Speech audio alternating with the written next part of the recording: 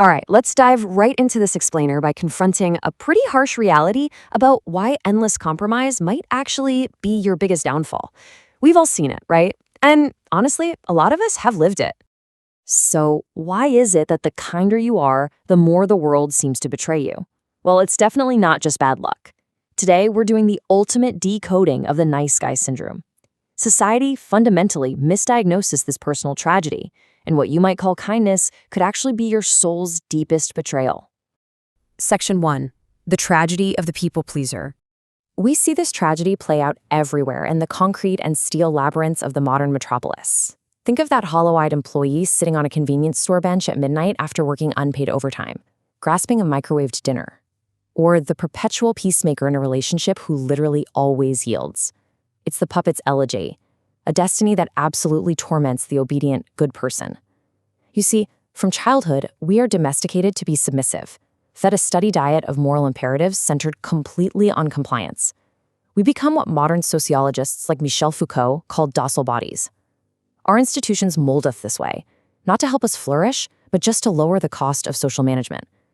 Crushed by invisible pressures, we develop this deep phobia of conflict, exchanging our authentic feelings for a fabricated sense of security. We are basically handing over the marionette strings of our own lives to the outside world. Now, the pioneering psychologist William James viewed this dynamic brilliantly. He wrote about the social self, pointing out that people-pleasing is actually a hidden strategy. What looks like pure selflessness is often a refined selfishness, a subtle strategy for popularity, influence, and conflict avoidance, rather than genuine, disinterested goodness. Moving to Section 2. Zhuangzi and the Hypocrisy of Mutilating the Authentic Self. Ancient wisdom aggressively warned against this exact survival strategy centuries ago.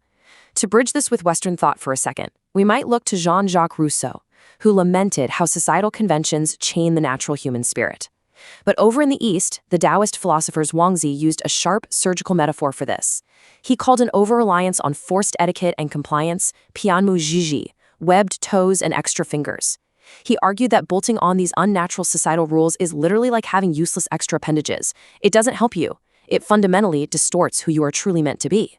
Zhuangzi argued doing this destroys your natural vitality. When you sacrifice the courage to live authentically on the altar of hollow social reputation, you commit the grave error of mutilating your authentic self.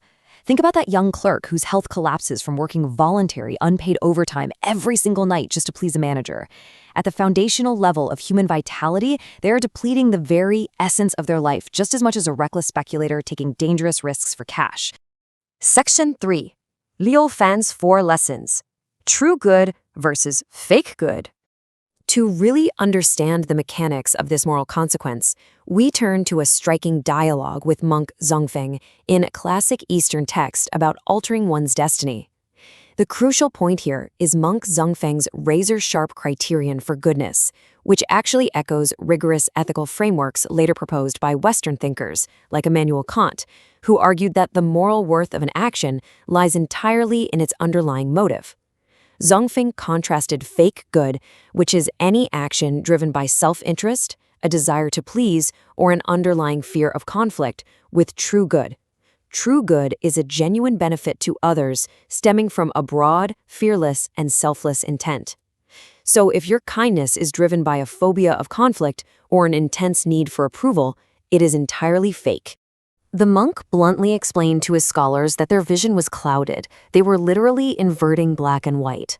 Society so often hails the cowardly complainer as noble, while true, bold authenticity, like a person who dares to set boundaries, is unfairly dismissed as rude. We constantly mistake cowardice for virtue and virtue for vice, only to turn around and blame the universe for being unfair to us. All right, Section 4, Nietzsche and Healthy Selfishness. Moving back to the Western perspective, we can see how this builds into a total paradigm shift regarding our psychological motivations. In his seminal work, Thus Spoke Zarathustra, the philosopher Friedrich Nietzsche flips our entire moral understanding on its head by elevating a specific kind of self-interest. He declares, "I call that selfishness healthy and holy." Nietzsche contrasted two profound states here.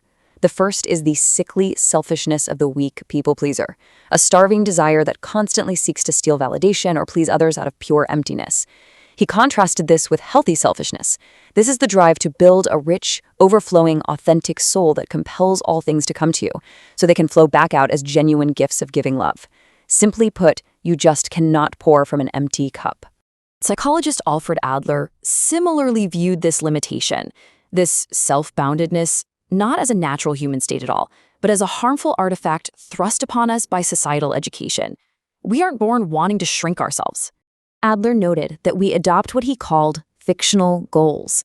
These are driven by a false need for absolute compliance, and they lead to severe self-limitation.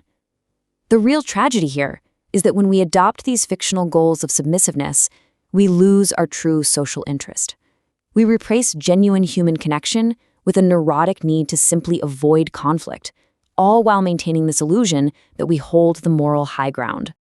Which brings us to Section 5, reclaiming the authentic self.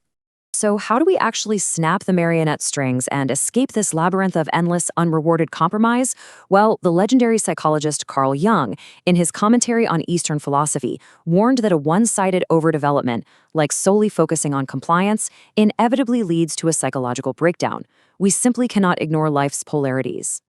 Jung fiercely criticized the violent repression of our natural instincts. He called it a poisonous self-deception, definitely not a badge of honor. He wrote that it is a self-betrayal to strange and unclean gods, a cowardly trick for the purpose of usurping psychic superiority. Endless compromise is so often just a trick we play on ourselves to feel morally superior without actually having to face the real, messy challenges of life. Jung further warns that we absolutely must stop veiling our real human nature behind conventional prejudices and institutionalized smiles. We can't desert the foundations of our own complex nature just to keep the peace. So, what's the path forward? First, you have to recognize the fake good in your life that is secretly driven by fear. Second, dismantle those socially conditioned fictional goals that demand your complete submission. Third, embrace Nietzsche's healthy selfishness to rebuild your core and fill your own cup. And fourth, from that place of authentic strength, cultivate true, unforced social interest. By following these steps, you transform from a disposable backup into a truly vibrant individual. This leads us to the awakening. Ultimately, protecting your natural vitality isn't selfish. It is the absolute prerequisite for having any real good to offer the world. True kindness requires the courage to first be authentic. I want to leave you with this final provocative question to reflect on as we conclude our explainer today. Is your kindness today driven by a genuine love for others or by a deep-seated fear of them? Be honest with yourself. The answer might just change your destiny. Thanks so much for joining me on this deep dive.